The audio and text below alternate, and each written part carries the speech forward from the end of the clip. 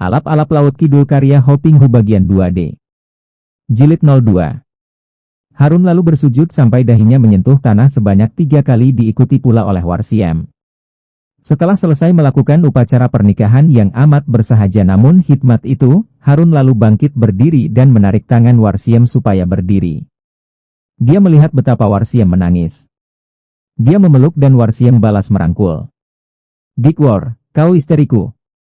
Kang Harun, suamiku." Angin laut semilir. Ombak menggelegar menghantam batu karang, lalu mendesis dan bergemuruh. Lidah air mengalir dan makin menipis di pasir, kemudian lenyap terhisap pasir. Alun berkejaran, bermain-main seperti sekawanan kanak-kanak bersukaria berlari-larian menuju pantai, bergelut, bertabrakan dan berteriak-teriak. Selama seminggu sepasang suami istri ini hidup berdua saja di tepi Laut Kidul. Mereka berdua tenggelam dalam kebahagiaan yang sukar dilukiskan kata-kata. Yang ada adalah kasih sayang dan kemesraan, biarpun mereka hidup dengan amat bersahaja. Makan buah-buahan seadanya, ikan-ikan yang ditangkap Harun dengan mempergunakan ranting yang runcing, atau menangkap binatang hutan atau burung, merobohkannya dengan sambitan batu, mereka mandi dan minum dari air tawar yang keluar dari dinding batu karang. Mereka mendapatkan tempat berteduh dalam sebuah goa yang cukup besar, akan tetapi kalau malam sedang indah dan udara baik, terkadang mereka tidur di atas pantai berpasir. Dalam waktu seminggu itu, mereka berbulan madu dan merasa bahwa di dunia ini hanya terdapat sepasang manusia, yaitu mereka berdua. Kemudian Harun mengajak istrinya untuk mengunjungi sebuah dusun yang sudah didatangi sebelumnya, yaitu dusun di dekat pantai yang bernama Dusun Gampingan. Dusun itu tampak tenang tentram penuh kedamaian, dihuni oleh sekitar 100 rumah. Rumah-rumah di dusun itu mempunyai pekarangan yang luas. Kehidupan penghuninya adalah sebagai petani merangkap-menangkap ikan. Hasil pekerjaan mereka itu sebagian mereka jual ke dusun-dusun yang lebih besar dan jauh ke daratan, untuk ditukar dengan segala keperluan hidup mereka sehari-hari. Harun memiliki simpanan uang dari hasil pekerjaannya selama dalam perantauan dan dengan uang itu dia membeli sebidang tanah. Didirikannya sebuah rumah sederhana dari bilik bambu di situ dan atas usul istrinya dia membuka sebuah warung nasi untuk melayani para penghuni Dusun Gampingan. Setelah rumah dan warung berdiri, mulai hari itu mereka berdua hidup sederhana dan berbahagia di situ. Setiap hari Warsiem berjualan nasi dan makanan serta minumannya di warung itu, dan Harun sendiri bekerja di ladang, atau pergi menangkap ikan di tepi laut. Tentram dan tidaknya kehidupan seseorang tergantung dari sikap dan kelakuan orang itu sendiri terhadap orang-orang lain. Harun dan Warsiem bersikap ramah kepada para tetangganya di Dusun Gampingan, dan mereka berdua juga selalu membuka hati dan tangan untuk membantu apabila ada tetangga sedang kerepotan. Oleh karena itu, biarpun Harun merupakan seorang Sunda yang cara bicaranya menunjukkan bahwa dia seorang asing, namun dengan sikap dan kelakuan yang baik, penduduk Dusun Gampingan menerimanya sebagai seorang tetangga yang baik dan mereka bergaul akrab dengannya. Apalagi setelah Harun menunjukkan bahwa dia mengerti akan ilmu pengobatan, suka mengobati orang-orang sakit dan menyembuhkan mereka tanpa minta imbalan. Para penghuni Gampingan jadi semakin segan dan suka kepadanya. Baru sekarang Harun Hambali mengalami kehidupan yang benar-benar tentram, tenang dan penuh kedamaian semenjak dia meninggalkan negerinya. Kehidupan di dusun dekat lautan itu jauh dari kota besar, jauh dari kerajaan dan jauh dari keramaian.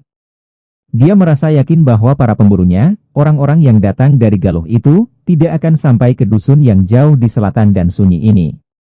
Maka, dia pun dapat mengerahkan seluruh tenaga dan perhatiannya untuk bekerja dengan hati mantap sehingga hasil sawah ladangnya ditambah hasil warung nasi istrinya lebih dari cukup memenuhi kebutuhan hidup mereka. Dia benar-benar dapat merasakan kebahagiaan orang berumah tangga. Istrinya amat mencintanya dan para tetangga juga akrab dan baik terhadap mereka. Setahun kemudian Warsiem mengandung. Tentu saja suami istri itu menjadi gembira dan merasa berbahagia sekali. Harun yang pernah mempelajari ilmu pengobatan menjaga agar istrinya selalu dalam keadaan sehat, agar kandungannya menjadi sehat pula dan kuat. Akan tetapi, ketika kandungan Warsiem sudah berusia 9 bulan, pada suatu pagi yang cerah, terjadilah bencana yang menggemparkan penghuni Dusun Gampingan. Pagi itu Warsiem sudah membuka warungnya. "Dikwor, kandunganmu sudah tua. Sudah dekat saatnya engkau melahirkan. Mengapa engkau tidak menutup saja warungmu dan beristirahat? Aku sendiri pun sudah tidak tega meninggalkanmu ke ladang." "Ah, Kang, pekerjaan melayani para langganan di warung ini tidak membutuhkan tenaga besar. Aku akan merasa tidak enak sekali kalau menganggur.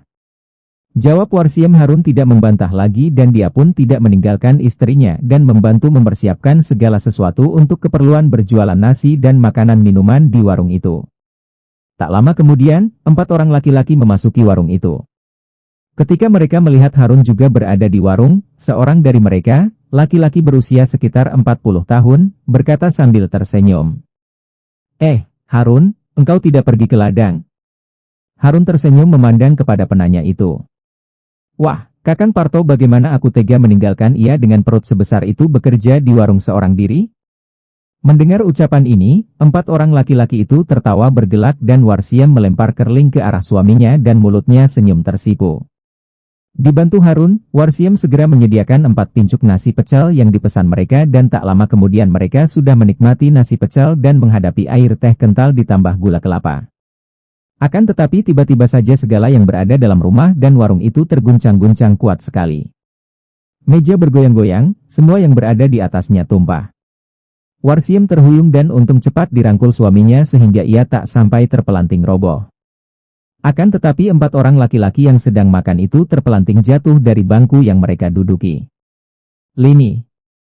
Ayah Lini. Gempa. Ada gempa. Teriak Harun. Lindu. Lindu. Gempa. Gempa. Teriak yang lain. Cepat lari keluar. Mereka berempat berlompatan dan menghambur keluar. Harun segera maklum bahwa terjadi gempa bumi yang amat kuat. Dia harus cepat membawa istrinya keluar, akan tetapi terlambat karena pada saat itu, atap warung itu runtuh ke bawah, ke arah mereka. Melihat 2 tiang penyangga atap yang melintang runtuh dan akan menimpa mereka, Harun cepat menyambut dan mengangkat 2 tiang itu, menahan dengan kedua tangannya. Tentu saja tiang itu berat bukan main karena dibebani atap. Namun dengan pengerahan sekuatnya Harun dapat menahan atap itu, sedangkan Warsiem yang berada di bawahnya karena wanita itu berjongkok saking takutnya, dengan tubuh gemetar dan wajah pucat, memandangnya dengan mata terbelalak. Ketika 4 orang laki-laki yang kini berada di luar rumah itu melihat betapa atap runtuh dan kini ditahan oleh kedua tangan Harun, mereka cepat berlari masuk untuk menolong. Cepat, bawa istriku keluar! Teriak Harun. Mendengar ini, orang yang bernama Parto segera menangkap lengan Warsiem dan menariknya keluar rumah. 3 orang lainnya akan membantu tidak tahu apa yang harus mereka lakukan. Kalian keluarlah, cepat! Kata pula Harun kepada mereka. Dengan bingung mereka hanya dapat menurut. Setelah 3 orang laki-laki itu keluar, Harun mengerahkan seluruh tenaganya dan mendorong 2 tiang penyangga itu sehingga atap itu roboh ke samping warung. Suaranya terdengar hiruk-pikuk dan pada saat itu, Harun dengan cekatan telah melompat keluar warung. Kang Un, engkau tidak apa-apa. Warsiem berteriak sambil lari merangkul suaminya, lalu saking tegang dan khawatirnya ia menjadi lemas terkulai dalam pelukan Harun. Dikwor. Harun memanggil khawatir. Ia pingsan. Cepat bawa ke rumahku. Kata Parto sedangkan 3 orang kawan lainnya sudah lari untuk melihat keadaan rumah dan keluarga mereka masing-masing. Karena rumah Parto berada di sebelah rumah hanya terpisah kebun masing-masing, Harun menurut saran tetangganya itu. Untung bahwa rumah Parto tidak roboh dan istri dan 2 orang anaknya hanya terkejut dan bertangis-tangisan. Ikuti terus kisah-kisah dari kami yang terpercaya dari berbagai sumber, dengan cara klik subscribe dan juga loncengnya, agar Anda selalu mendapatkan notifikasi jika channel YouTube ini mengupload video kisah leluhur Nusantara yang terbaru. Bersambung ke bagian 2.